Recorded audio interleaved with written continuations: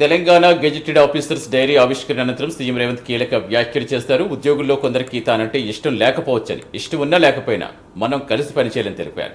ఉద్యోగుల కోసం మంచి ఉద్దేశంతో డిఏ ఫైల్పై సంతకం చేస్తారన్నారు.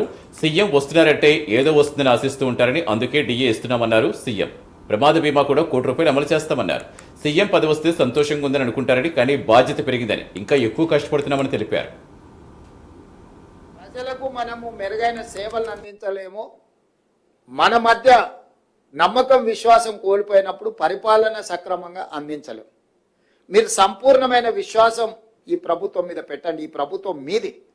ఇందులో నా పాత్ర నిర్ణయాలు చేయడం వరకే. ప్రతి రూపాయి, ఏ రూపాయి నా దగ్గరికి రాదు, ఏ రూపాయి నేను చూడను. మీరు పెట్టే సంతకాలను బట్టే రూపాయి పోవడం, రూపాయి రాకడం, రూపాయి పోకడం, ఈ రెండు. దీంట్లో నేను నా వైపు నుంచి మీకు విజ్ఞప్తి చేసేది ఏంటంటే, కొత్తగా పన్నులు ఏం పెంచుతలేం మనం, కానీ వసూలు చేయాల్సిన పన్నులు చాలా అవకతవకలు జరుగుతున్నాయి. జిఎస్టీలో కానీ, ఎక్సైజ్లో కానీ, లేకపోతే శాండ్లో కానీ, ల్యాండ్లో కానీ, ఇట్లాంటివి అన్ని అవకతవకలు జరుగుతున్నాయి. వాటిని మనం ఒడిసి పట్టుకుంటే చాలు, మన అవసరాలకు సరిపోయేటంత నిధులు ఉన్నాయి.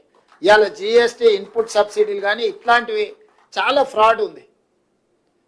చాలామంది కట్టడం లేదంటే మనం కొన్ని దగ్గరలో మన అధికారులు, మన వ్యవస్థ, మన ప్రభుత్వము వాళ్ళ దగ్గరికి వెళ్ళి మీరు కట్టండి అని కూడా మనం అడగడం లేదు. ఫర్ ఎగ్జాంపుల్, ఒక చిన్న ఎగ్జాంపుల్ చెప్తా. రియల్ ఎస్టేట్లో ఒక ల్యాండ్ లార్డ్ ఉండి ఒక బిల్డర్కు డెవలప్మెంట్కి ఇస్తే ఒక 50 అపార్ట్మెంట్స్ కట్టింది అనుకోండి. 30 అపార్ట్మెంట్ బిల్డర్కి పోయి 20 అపార్ట్మెంట్ భూమి యజమానికి వస్తే ఆ 30 అపార్ట్మెంట్స్ బిల్డర్ అమ్ముకోవాలి కాబట్టి అసెస్మెంట్ చేసుకుంటుండు. ఈ 20 అపార్ట్మెంట్స్ భూమి యజమానికి వస్తే ఇతను అసెస్మెంటే చేపిస్తలేడు, ఎందుకంటే అతను అమ్ముకోవడం లేదు, రెంట్కి ఇచ్చుకుంటున్నాడు, అట్లే ఉంటుండు. సో దానివల్ల ఇంటి పన్ను అసలు వసూలే లేదు. చాలా సిటీలో పెద్ద పెద్ద అపార్ట్మెంట్స్ వస్తే ల్యాండ్ లార్డ్ వర్సెస్ బిల్డర్ మధ్యలో జరిగిన దాంట్లో మన వాళ్ళు అసెస్మెంట్ వాళ్ళు కట్టమంటే కూడా మన వ్యవస్థలు ఎవరు అసెస్మెంట్ కూడా చేసుకోవట్లేదు. ప్లస్ 5,000 స్క్వేర్ ఫీట్కు పర్మిషన్ తీసుకొని 10,000 కట్టుకుంటారు. ఇంటి పన్ను 5,000కే కడుతురు. మనం పన్ను పెంచాల్సిన పని లేదు. అతను ఎంత కట్టుకొని అనుభవిస్తున్నాడో గంత అసెస్మెంట్ చేసి దాని మంద మనం పన్ను వసూలు చేసుకుంటే మన ఆర్థిక పరిస్థితే మారిపోతుంది. అసెస్మెంట్ చేయకుండా పోయిన వాటిని అసెస్మెంట్లకు పట్టుకొచ్చి అసెస్మెంట్లో ఉన్న వాటిని యాక్చువల్గా ఎంత బిల్డింగ్ కట్టిరో దాన్ని మనము పరిధిలోకి పట్టుకొస్తే ఎవరు కొనుక్కున్నా, ఏ వస్తువులు కొనుక్కున్నా బిల్లు చేపించి దాంట్లో జిఎస్టీ వసూలు చేస్తే ఇట్లాంటి చిన్న చిన్న మన పరిపాలనలో చిన్న చిన్న కరెక్షన్స్, దీంట్లో పెద్ద భారము లేదు, పెద్ద ఎవరిని మనం అనవసరంగా తప్పించుకుంటున్న వాళ్ళని పట్టుకోవడమే మన పని. మనం కొత్తగా వాళ్ళ మీద ఏం అదనపు భారం మోపడం లేదు. ఇట్లాంటివి మీ వైపు నుంచి నేను సహకారం కోరుకుంటున్నాను.